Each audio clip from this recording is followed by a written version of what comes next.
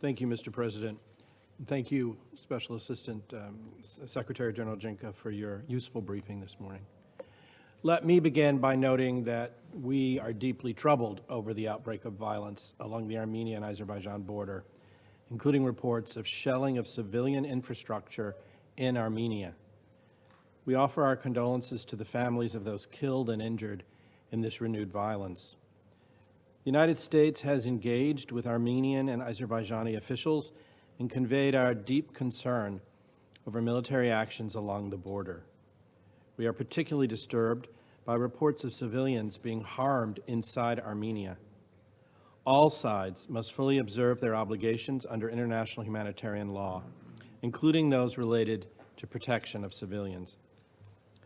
Mr. President, like others, the United States welcomes the cessation of all hostilities and encourages both parties to continue to exercise restraint. Military forces should now disengage to allow both parties to resolve all outstanding issues through peaceful negotiations. There is an urgent need to return to talks aimed at a lasting peaceful resolution to the conflict and the normalization of relations between Armenia and Azerbaijan. I want to be clear today. The United States is firm. There can be no military solution to the conflict. We encourage both governments to reestablish direct lines of communication across diplomatic and military channels and to recommit to the diplomatic process. A negotiated, comprehensive settlement of all remaining issues between Armenia and Azerbaijan is needed.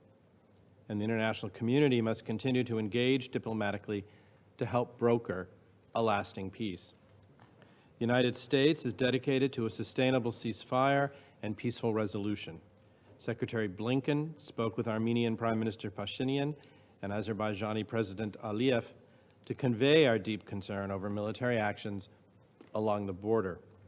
And Ambassador Phil Rieker, our senior advisor for Caucasus negotiations, is in the region meeting with senior Azerbaijani and Armenian leaders.